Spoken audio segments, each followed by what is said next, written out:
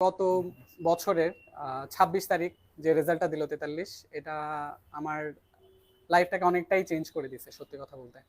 এখন ওই রেজাল্টের আগ পর্যন্ত আমিও ৪৫ বিসিএস এর রিটেন দেওয়ার প্রার্থী ছিলাম আর কি। তো আপনাদের মতো আমিও বলতে গেলে এই ৪৫ বিসিএস রিটেনের জন্য পরীক্ষা দিতাম এবং ওইটারই এক্সপেকটেশন রাখছিলাম আর কি। তো ২৬ তারিখের রেজাল্ট আমার লাইফটা চেঞ্জ করে দিল সত্যি কথা বলতে। তো ভাই এই মাত্র যেটা বললো যে মুন্না ভাই এমবিবিএস, তো মুন্না ভাই এমবিবিএস মুভির যে ডিরেক্টর হচ্ছে রাজকুমার হিরানি, ওর সবচেয়ে ব্যবসা সফল এবং পপুলার যে মুভি 3 ইডিয়টস, এই মুভিটা তো আপনারা সবাই দেখেছেন অবশ্যই। তো আমি যেহেতু ইঞ্জিনিয়ারিং ব্যাকগ্রাউন্ড থেকে এসেছি, তো সেই জন্য 3 ইডিয়টস মুভিটা আমার কাছে খুব ইম্পর্টেন্ট ছিল।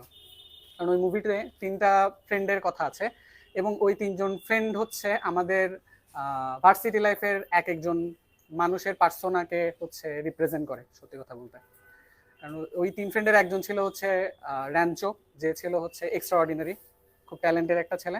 3জনই খুবই ট্যালেন্টেড, কিন্তু 3জনের মধ্যে বাকি 2জন ওরা ছিল কিছুটা ওদের সবাই বলতো মিডিয়কার, কিন্তু ওরা মিডিয়কার ছিল না আসলে, কিন্তু লাক ওদেরকে ওই মিডিয়ক্রিটি দিয়েছে আর কি।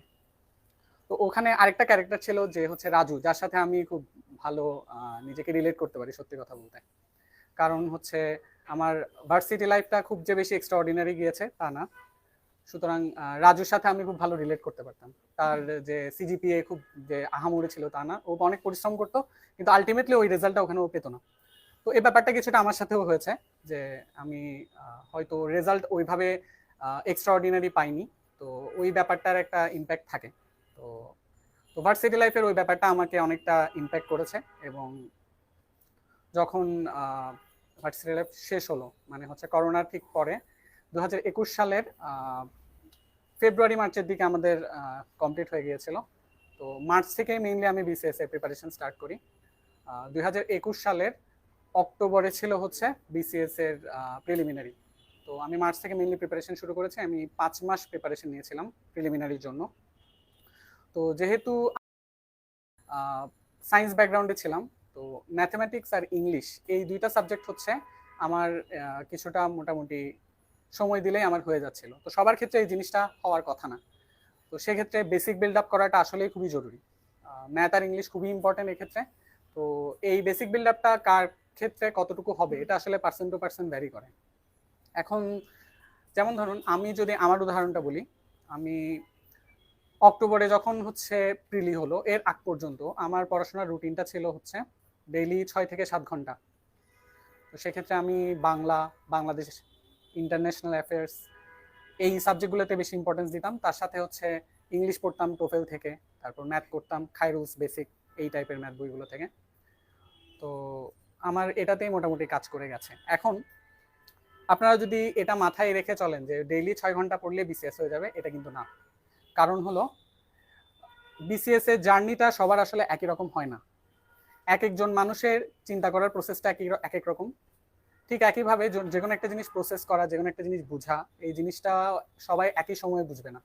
তো সেক্ষেত্রে আমি আপনাদের কোনোভাবে এটা বলবো না যে এত ঘন্টা পড়লে আপনার হয়ে যাবে বা অত ঘন্টা পড়লে আপনাদের হয়ে যাবে, এটা পসিবল না। এটা হচ্ছে আপনারাই ডিসাইড করবেন। কারণ হচ্ছে কে কতটুকু কোনো একটা জিনিস ক্যাপচার করতে পারে বা কতটুকু বুঝতে পারে, এটা হচ্ছে তার নিজের ব্যাপার। সে যখন পড়াটা শুরু করবে তখন থেকে সে বুঝতে পারবে। তো সেক্ষেত্রে বিসিএস এর প্রিপারেশন শুরু করার সব থেকে বেস্ট ব্যাপার হচ্ছে প্রথমত জিনিসটার সিলেবাসটা কি, কোথায় কি কি আসে, প্রিলিমিনারিতে কোন কোয়েশ্চেনগুলো কিভাবে আসে, প্রিভিয়াস ইয়ার কোয়েশ্চেন সলভ করে ওই জিনিসগুলো সম্বন্ধে একটা আইডিয়া নিয়ে রাখা। ফার্স্ট কাজ হচ্ছে এটা। এরপর হচ্ছে যখন আপনি ওই প্রিপারেশন নেওয়া শুরু করবেন, ওই প্রিপারেশন নেওয়ার স্টেপ বাই স্টেপ আপনি বুঝতে পারবেন যে আসলে আমার কতটুকু এই জিনিসটাতে টাইম দিতে হবে। তার সাথে এই কোচিং এ তো আছেই, কোচিং আপনাদের ওই কনসিস্টেন্টলি যে গাইডেন্স গুলো দিবে ওগুলা থেকেও আপনারা বুঝতে পারবেন, বা পরীক্ষাগুলো দেওয়ার মাধ্যমে আপনারা বুঝতে পারবেন যে আপনাদের জার্নিটা আসলে কত দূর। এখন এটাও পার্সন টু পার্সন ভ্যারি করে। তো আমার মতে যেখানে স্যার যেটা বললেন যে সবচেয়ে সহজ কাজ কি, তো বিসিএস প্রিপারেশনের ক্ষেত্রে সবচেয়ে সহজ কাজ হচ্ছে লেগে পড়া। প্রথমে নিজের উইকনেস কি, নিজের স্ট্রেংথটাকে, এই জিনিসগুলো বুঝতে হবে, ওই অনুসারে কাজ করতে হবে। এখন একই সার্কেলে ধরা যাক 3 থেকে 4 জন থাকতে পারে, যেটা আমাদের সার্কেলেও ছিল। আমি যখন বিসিএস প্রিপারেশন নেওয়া শুরু করেছি, আমারও কিছু ফ্রেন্ড ছিল অন্য ইউনিভার্সিটির বা স্কুল ফ্রেন্ড ছিল কিছু, ওরাও একইভাবে শুরু করেছে। কিন্তু সবার তো ক্যাপচার করার ক্যাপাবিলিটি একই রকম না। তো আপনার পাশের একটা ফ্রেন্ড একটা চ্যাপ্টার পড়ে 1 ঘন্টার মধ্যে শেষ করে ফেলছে, সেখানে একই জিনিস আপনি দেখছেন যে 1 ঘন্টা পরে আপনার ওই চ্যাপ্টারের 3/1 শেষ হচ্ছে না।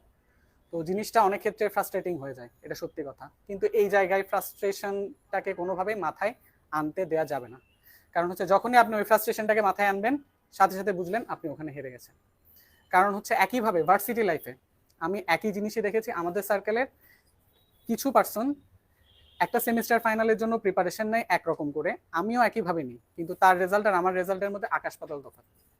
এটার রিজন একটাই, যে এক একজনের ক্যাপচার করার ক্যাপাবিলিটি এক এক রকম। কিন্তু সবচেয়ে ভালো ব্যাপার হচ্ছে বিসিএস জিনিসটা কিন্তু শুধুমাত্র ক্যাপচার করার উপর ডিপেন্ডেন্ট না। কারণ হচ্ছে এখানে হার্ডওয়ার্ক, ধৈর্য, এই জিনিসটা খুব বেশি ইম্পর্টেন্ট।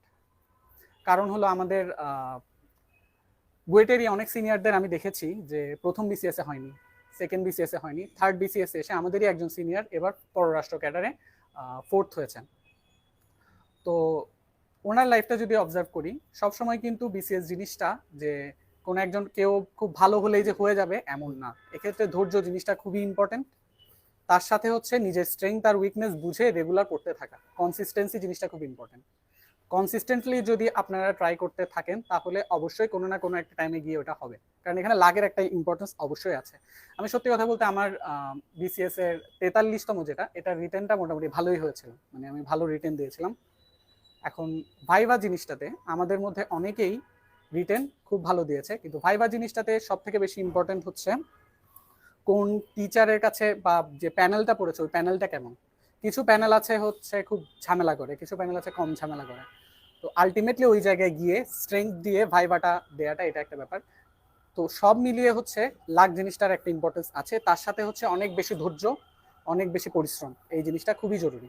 কারণ লাকের উপর ডিপেন্ড করে আপনারা সবসময় থাকতে পারবেন না। তো বিসিএস এর যে জার্নিটা আপনারা এখন শুরু করতে যাচ্ছেন, নিশ্চয়ই আপনারা 47-এর জন্যই প্রিপারেশন নিচ্ছেন এখন। তো এই জার্নিটা খুব একটা ছোট জার্নি না। তো শুরু থেকেই বলবো যে এই জার্নিতে 3-4 মাসের পড়াশোনা বা 5-6 মাসের পড়াশোনা এটা এনাফ না। এখানে একটা জিনিস খেয়াল রাখতে হবে যে ধৈর্য 3 থেকে 4 বছর, 5 বছরও হতে পারে, 6 বছরও হতে পারে। আপনাদেরকে ওই ধৈর্য নিয়ে মাঠে নামতে হবে এবং খেয়াল রাখতে হবে যে কি করে আমি ওই প্রিপারেশনগুলো নিচ্ছি। এখন ধরেন আপনারা একটা প্রিলিমিনারি প্রিপারেশন নিলেন, ধরেন প্রিলি হয়ে গেল, এটাই যে শেষ তা না। এরপর যখন রিটার্নের প্রিপারেশন নিতে যাবেন, ধরেন একটা টাইম চলে গেল, আপনারা তখন ভাবছেন যে একটা জবে ঢুকে যাব, জবে ঢুকে প্রিপারেশন নেব। এখন কিছু পাবলিক থাকে যারা জব করেও কিন্তু ওই প্রিপারেশন নিয়ে নিতে পারে। এখন আপনি জব করে ওই প্রিপারেশন নিতে পারবেন কিনা এটা কিন্তু আপনার উপর, ঠিক আছে? এই জিনিসটা সবাই পারে না। তো আপনাকে ওই জিনিসটা বুঝে ওইভাবে সিস্টেমেটিক্যালি ডিসিশনটা নিয়ে আগাতে হবে। তো এটাই আর কি। তো প্রথম থেকে সবসময় একটা জিনিস খেয়াল রাখবেন যে এই জার্নিটা এতটা ছোট হবে না, ধরেই রাখতে হবে যে একটা লং জার্নি, অ্যাটলিস্ট 3 বছরের একটা জার্নি।